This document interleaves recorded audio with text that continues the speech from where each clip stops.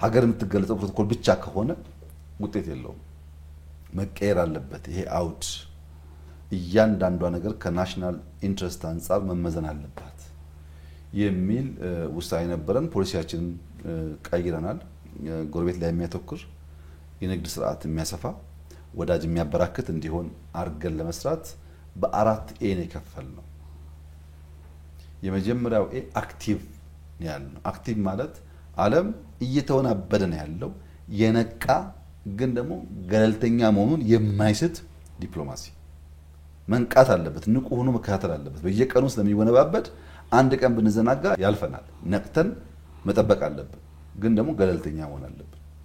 ተለጣፊ መሆን የለብን ንቁ ገለልተኛ የሚለው አክቲቭ አለ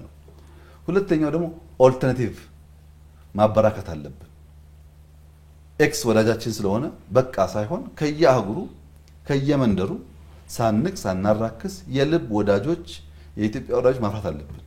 በጥቅሉ ያለው እንደተጠበቀ ሆኖ ግን በየቦታው ሚስጥር የሚያጋሩን ችግር የሚጋሩን ደስታ የሚጋሩን ሁነኛ ወዳጆች እንደ ሀገር እንደ መንግስት እየፈጠርን መሄድ አለብን ያ ያለው ውጤት በብዙ ስላየ ነው ሶስተኛው ገቢር ነበብ መሆን አለበት አዳፕቲቭ መሆን አለበት ብዙ የሚቀያየር ነገር ስላለ ስታቲክ በሆነ መንገድ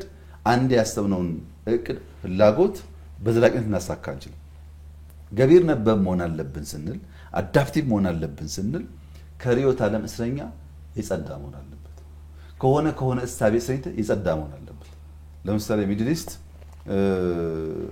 አያስፈልጉንም እነሱ ልጅ ለሆኑ አንልም ከነሱም የንግድ ትስስር አምጥተን ውጤት ምናመጣ ከሆነ እንወዳጃቸዋለን ከአረቡ ዓለም ወዳጅ ስለሆን እስራኤል ታስፈልገንም አንልም እስራኤል ወዳጃችንን ታስፈልገናለች አረቡም ያስፈልገናል እነሱ መካከል ያለ ቁርሾ ካለ ከቻለ እናስታርቃለን ካልቻለ ግን ገለልተኞች ነን በአንዱ አንታጠር ገቢር ነበብ የሆነው ለምንድነው ከዚህኛው የምናገኘው ከዚህ ስለማናገኝ ይሄኛው ያለው ኳሊቲ ይሄኛው የለው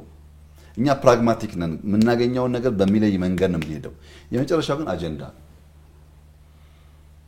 ዓለም ዲፕሎማሲው በአብዛኛው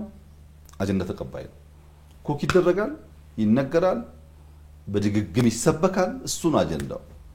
ኢትዮጵያ አጀንዳ ተቀባይ ከመሆን ወጥታ አስፈላጊ በሆኑ ጉዳዮች አጀንዳ ሰጪ መሆን አለባት የሰው አጀንዳ ኢንተርቴን የምናደርግ ብቻ መሆን የለብንም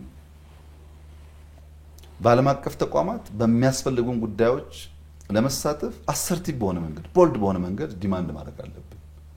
ምንም ምንሽኮለመንበት ምክንያት የለም ትልቅ ሀገር ነው ምንም ጥያቄ የለውም ከዓለም 11 ትላልቅ ህዝብ ካላቸው ሀገሮች አንዱ ነው ኢትዮጵያ የሺህ ዓመታት ታሪክ ያለው ሀገር ነው ኢትዮጵያ ቢበረታና መባላቱን ቢያቆም መብላት ብቻ ሳይሆን ማብላት የሚችል ሀገር ነው ኢትዮጵያ በምን ሂሳብ ነው አራክሶ እንዲያው መንፈቅድላቸው ደሞ አራክሶ ያዩናል እንጂ በዛ ልክ የጎደለ ጓዳችን አይሞሉልንም ይሄን ማስተናገድ እንደ ሀገር የለብንም የሚሉ አቋሞች ወስደን በአራቱ ኤ ከፍለን አክቲቭ መሆን አለብን ኦልተርናቲቭ ማበራከት አለብን አዳፕቲቭ መሆን አለብን አጀንዳ ክሬት ማድረግ አለብን ዲፕሎማሲያችን አሰርቲቭ መሆን አለበት ቦልድ መሆን አለበት የለየ ወዳጅን ለለየ መሆን አለበት ብለን ነው ጀመርነው በዚህ ነው እንግዲህ በርከት ያሉ ስትራቴጂክ አጋር ኦል ዌዘር የሚባል ወዳጆች በንግግር ብቻ ሳይሆን በፍርርም ደረጃ የደረስነው በከፍታም በዝቅታም በሙቀትም በቅዝቃዜም አብረን እንቆማለን የሚል ነው ኦል ዌዘር ማለት በዚያ ሌቭል ወዳጆች አፍርተናል በብዙ መድረኮች ለሸምጋይነት የምንፈልግ ሆነናል